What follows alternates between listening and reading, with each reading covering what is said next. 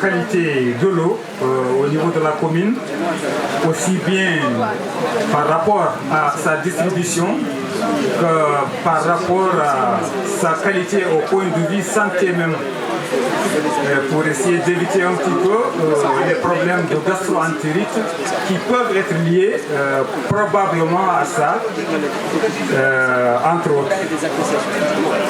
Et nous recommanderons par la suite donc la distribution de moustiquaires imprégnés aux femmes surtout en état de grossesse. Et voilà, et un approvisionnement de la pharmacie dans les délais raisonnables. Et pour le cas du paludisme aussi, nous allons essayer de travailler pour avoir une chimioprévention adéquate et puis pour tout temps, parce qu'actuellement le paludisme ce n'est plus pendant l'hivernage, c'est toute l'année, c'est à l'état endémique justement comme tu le dis. Donc on va essayer d'avoir ce qu'il faut pour essayer d'indiquer un tout petit peu ou quand même de le prévenir comme l'on peut.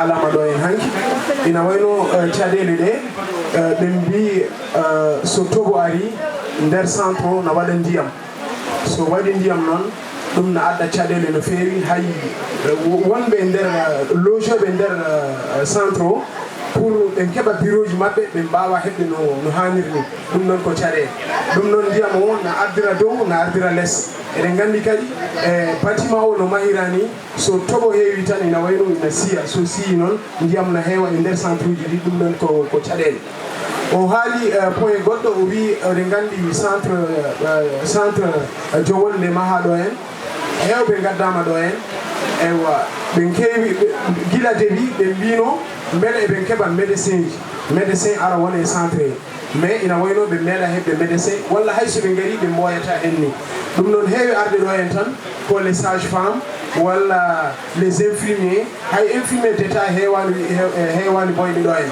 so ari ɗo tan waɗat ko seeɗa après ya oɗo poti jewde koye mon pourquoi so ɓe gari ɓe mboyata ɗum noon c'est une question à débattre maintenant holko haɗatɓe ɗo en ɓoyde est ce que koye maɓɓe walla koye amen ɗum noon ma yimɓe jewtu hakkude maɓɓe et parmi les doléances aussi o wi ina yiɗno médecin gonɗo ɗo ene walla sage femme gonɗo ɗo ene centre he walla infirmier d'état gonɗo ɗo ene centre he beele eɓe tawtire ɗo hen ene wayno hen caɗele kadi no gone centre he kamɓe ɓuuri andude ɗum sinno ɓe tawtirno e jonde nde eɓe maɓe dokku centre wonno kekkuna mari mo okkite gara ko mo homɓe ana ho a gagni centre santé ke ho jarandi kake a ña probléme ni ña konno no kuɓe gani jooliya hawatu lemnu ɓen ga jaman palle la woganati jaman palle ho kaw docteur tan jagara ko mo on seeɗa suka bugu jooli no on ɗi enganta a jooli no on ɗon ankli terana ñe yo igari kittu ka homa igara gollo horu ɓen dabari awa kayen fu gollo horu jarandi kake ene koni jarandi kan dabari a duguta ana o sasa un peu d'historique comment on a une idée du matin ils viennent à la maison très tôt tonton docteur Adia. Il dit c'est quoi une rage dentaire. Et la maman dit, je n'ai jamais vu soigner des dents, mais c'est un docteur. Il est en haut, j'étais en train d'écouter Radio France, il m'a montré comme d'habitude. Et cette petite a souffert toute la vie tout.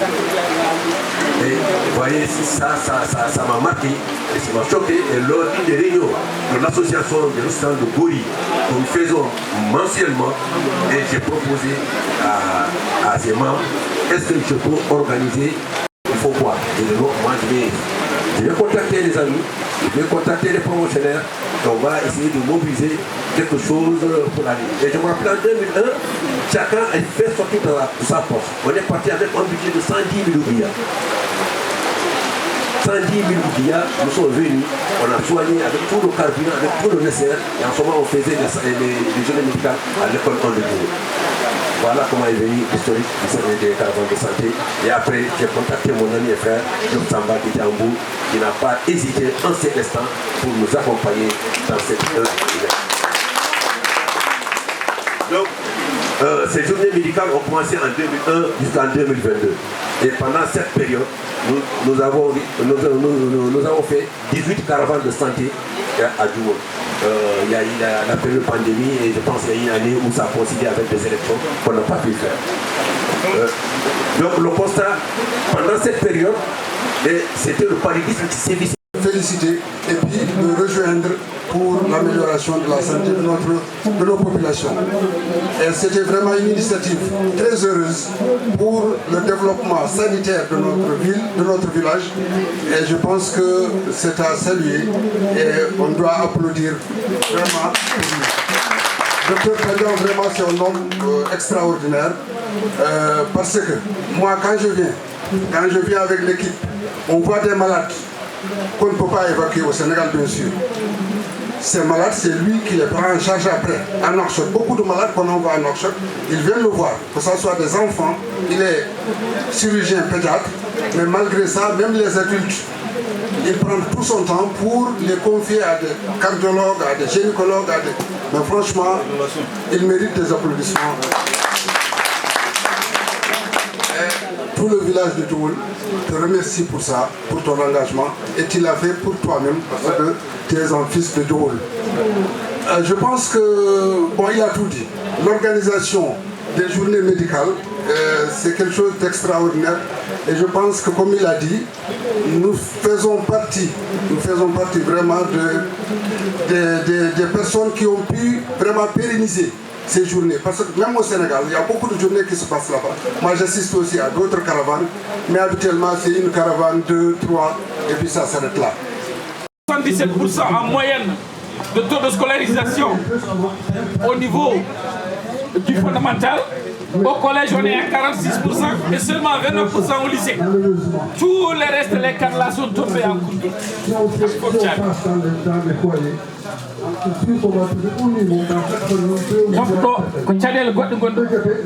D'autres difficultés.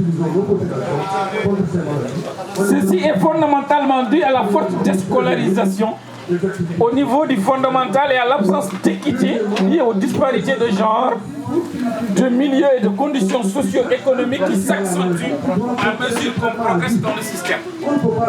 Il est aussi en grande partie accentué par la faiblesse de l'offre en matière de formation technique et professionnelle qui rend l'éducation inadaptée à la demande sociale et à la diversité des besoins des secteurs de l'économie formelle et informelle, ce qui la rend donc peu attractive aux yeux des parents et des enfants.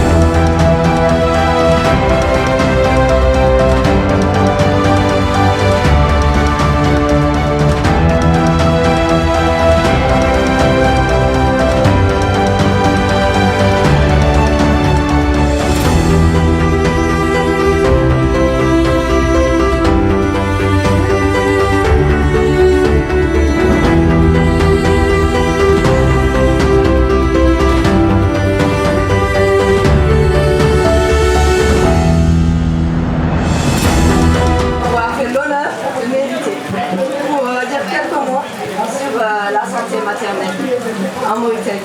Donc merci beaucoup pour cet honneur. Je ne vais pas être très long. J'espère que tout le monde me comprend, tout le monde m'entend bien. Donc tout de suite, je vais commencer à parler de la santé maternelle. Madame Veli Abibatou Cham, médecin colonial, gynécologue. Elle est modeste, elle ne s'est pas présentée, mais c'est une médecin coloniale et elle est gynécologue. C'est pourquoi on lui a donné le sujet sur la santé maternelle. Elle est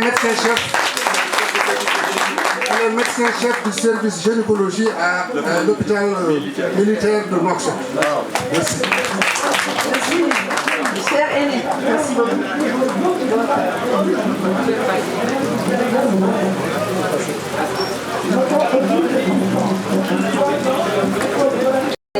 Et le développement local. Non, mais je vais surtout m'exprimer sur la santé maternelle. Parce que le développement local, vous savez tous ce que c'est déjà. Donc je n'ai rien à vous apprendre par rapport à ça. Voilà. Donc le sujet va s'articuler comme suit. Je vais juste un peu parler des rôles de la femme dans notre société.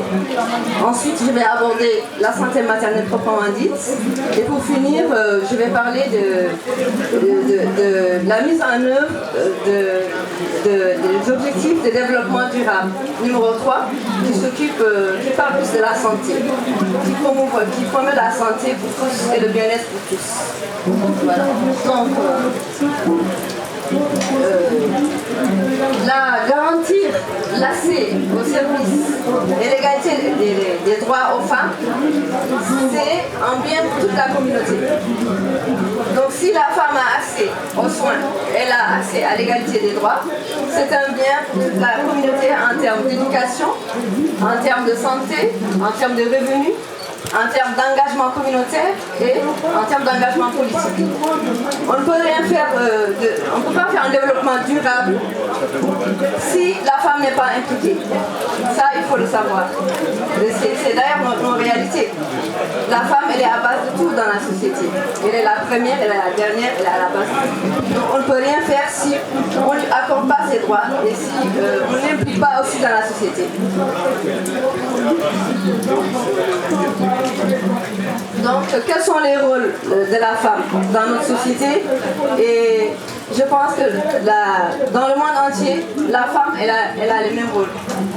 Que ce soit en Europe, en Asie, en Amérique, la femme, elle va toujours s'occuper de veiller sur la santé de la famille. Elle va s'occuper des tâches ménagères. Elle va s'occuper de l'éducation des enfants. Donc ça, c'est dans toutes les sociétés du monde. Je pense que le patriarcat, il est mondial. Et la norme, c'est 4, mais c'est bien d'en faire plus. Surtout pour les femmes qui sont à risque. Quand on fait plus de consultations, on a plus de chances de détecter les anomalies et on a plus de chances de référer la femme à temps pendant la grossesse. Comme ça, au moins, on n'est pas impuissant quand elle a un problème. Voilà. Ensuite, il y a le manque d'implication de la communauté.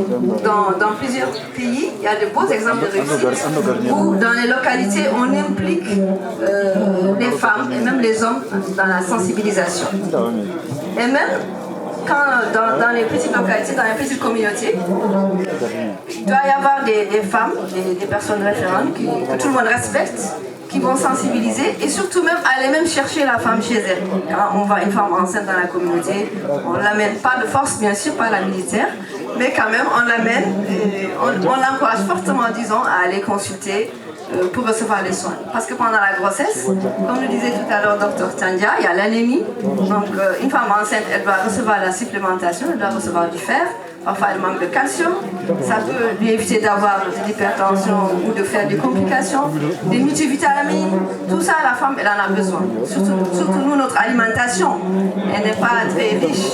On ne consomme pas assez de vitamines parce qu'on fait trop cuire les aliments, on n'aime pas trop manger des légumes, les fruits ça coûte cher, donc on n'a pas assez de vitamines.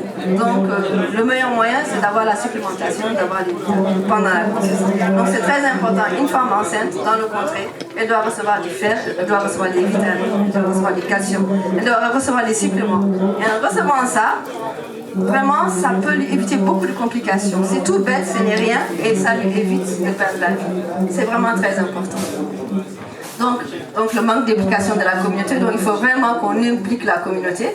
Évidemment, pas gratuitement. Ces femmes qui vont donner des e gueɗe makko wonko andi e gueɗe makko donc noon an garowo gonowo ɗon o an sage femme an personnel santé o ana jogui droit wadde mo orienté o yaha to foti yaade ɗo o heɓa ko foti heɓde ko par ce que wonko anda wonko yiɗi wadde taw wawa wadde wonko yiɗata namdade taw wawa namdade o anda namdade on donne un exemple neɗɗo ara ɗo coupe carte muɗum comment dirais je forfait information gonɗo e forfait o fof anda hayso ñawi mo hocca auto o nawa hoore makko dispensaire te ko woni nder forfait ko haalata ko nen toon ko wona ɗum ko neɗɗo yimɓe jogui joni journée ɗum ɗo no wiyete keheydi jogui kuppuɓe forfait ɓe foof ɓe jogui ko jeudi goto so ari so yimɓe keewi ko hen kaaɗo toon so yimɓe pamɗi ko hen kaaɗo toon ɗum noon kadi foti yurnitede worɓe ɓe alay saago ɓe mbaɗe impliqué ganda an joom suudu ma o yeehi hôpital beele holde o sowi holko foti wadde holko foti ñamde holko foti safrade holko foti ñakkade